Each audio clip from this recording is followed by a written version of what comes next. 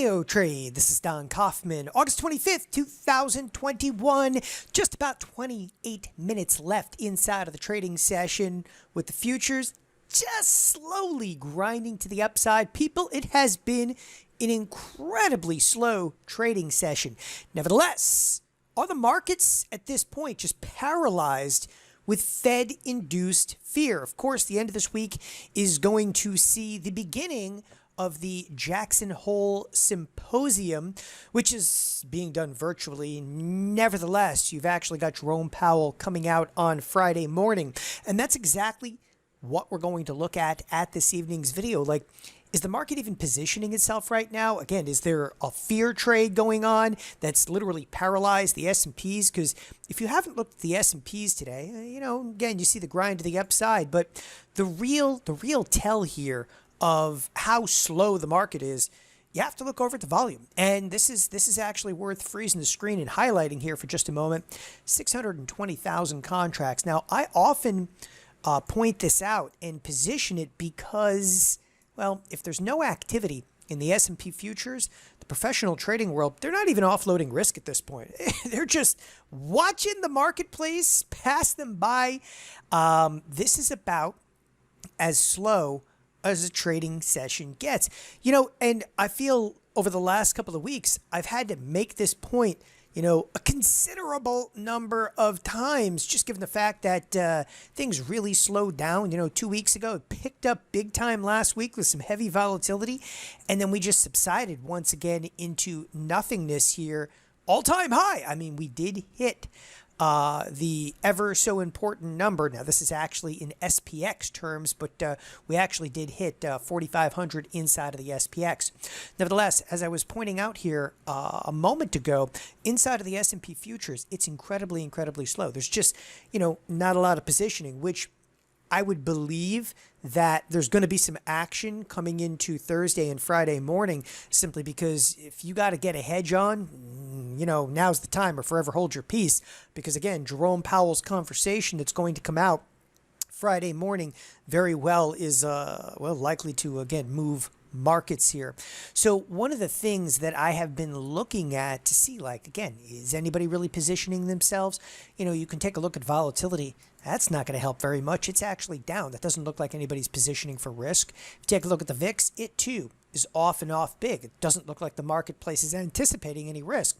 But I think that the absolute, pinnacle of place to gauge risk is none other than the SPX, the mother of all products.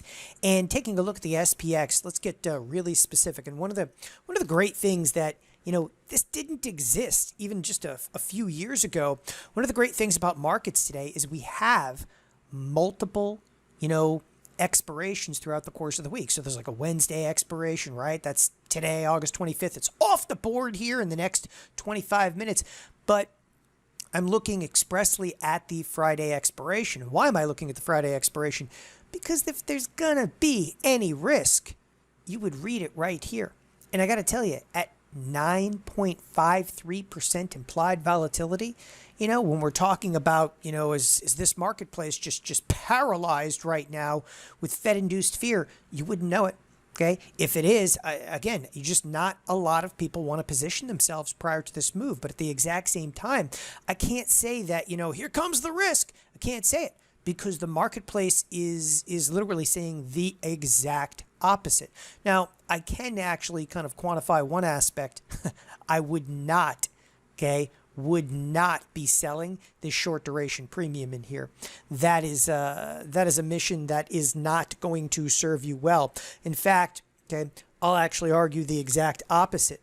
I am very likely to be on the buy side of premium, in the very short duration options coming into, even portions of tomorrow, which is Thursday, and of course Friday morning prior to the speech. It's not often that you're afforded to be able to purchase, and it's well worth looking at, again, the individual option chain here inside of the SPX.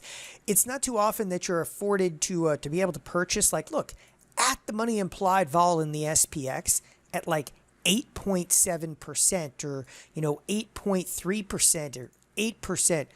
It's phenomenally low with such a binary, if you will, market moving event approaching.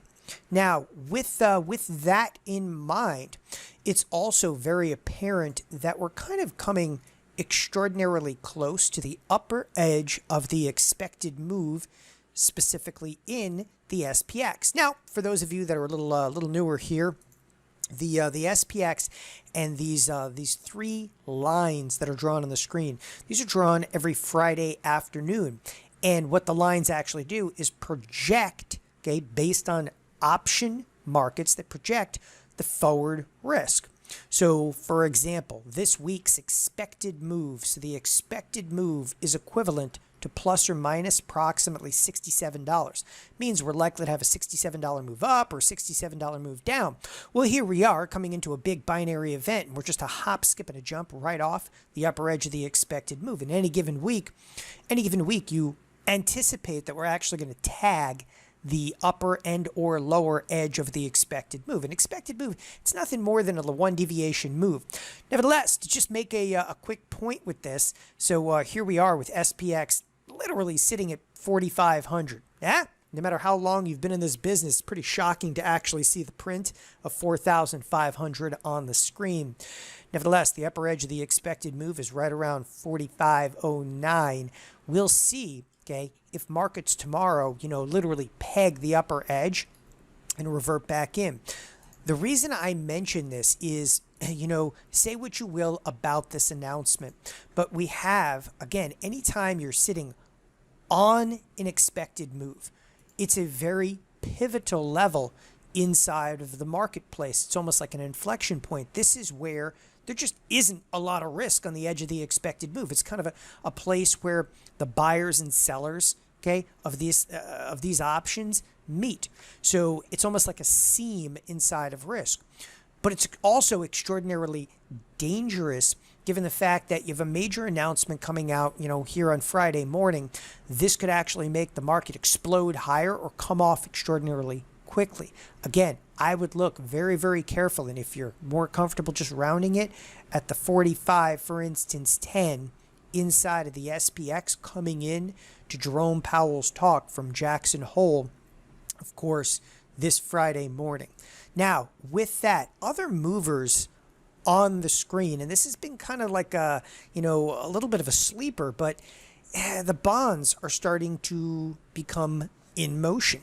The last 2 days have seen some sell side activity. Now, do not read into the volume in the bonds. The bonds are in the midst of a significant roll. Their roll is coming, so you really can't read into the bonds volume. You can't really read into the note volume, and the note volume is nothing less than spectacular here, but it's all roll. Nevertheless, both the bonds and the notes are backing off, which happens to be fueling none other than the financials, okay, to at or near new highs. In this particular circumstance, I like to apply auto expected moves because I think that there's a great opportunity presenting itself. Now, for those of you that have actually traded with us here at TheoTrade, we look very often for two major breaches of expected move, and we got it, okay, just a few weeks ago. We took a short position, we pulled back a little bit. Here, again, another major breach of expected move to the upside. We may embark upon, again, just a very short term in-out spread for a downside move in this circumstance. We're going to see how tomorrow morning kind of opens. Again, volatility is off through and through. If you look at the volatility futures, it's off. You look at the VIX, okay, it's down. I tend to look at the dollar as almost like the new VIX. It too is down, very close to the bottom of the day. You look towards the bottom of the screen, VVIX is actually under the VAMA zone of 110, right? 3-month volatility down, short-term volatility down. Risk just seems like it's nowhere to be found at this point. Volatility feels like it's dead. Nevertheless, big binary move coming out on Friday morning. We're likely to propagate right up to the edge of that expected move.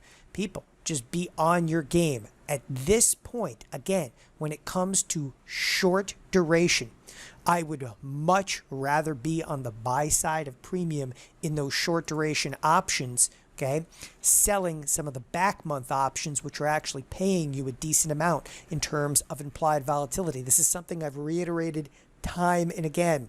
Last aspect worth noting: if bonds continue to see some sell side activity inside of the next day or two, again, could actually be fueled by none other than Jerome Powell. If the bonds come off much more, it's actually going to put some fear into technology once again, which will pull back the S&Ps. It's a trade that we have not seen. Again, it's a major trade that we have not seen since back, again, in the March and even early April time, where all of a sudden a fast move to the downside in the bonds took interest rates up and started to actually knock tech off. There's a little bit of a fear trade trying to propagate through here, but that's something to really consider in the next 48 hours of trade. Thanks everybody for joining us here at TheoTrade. Have a wonderful evening. Bye-bye.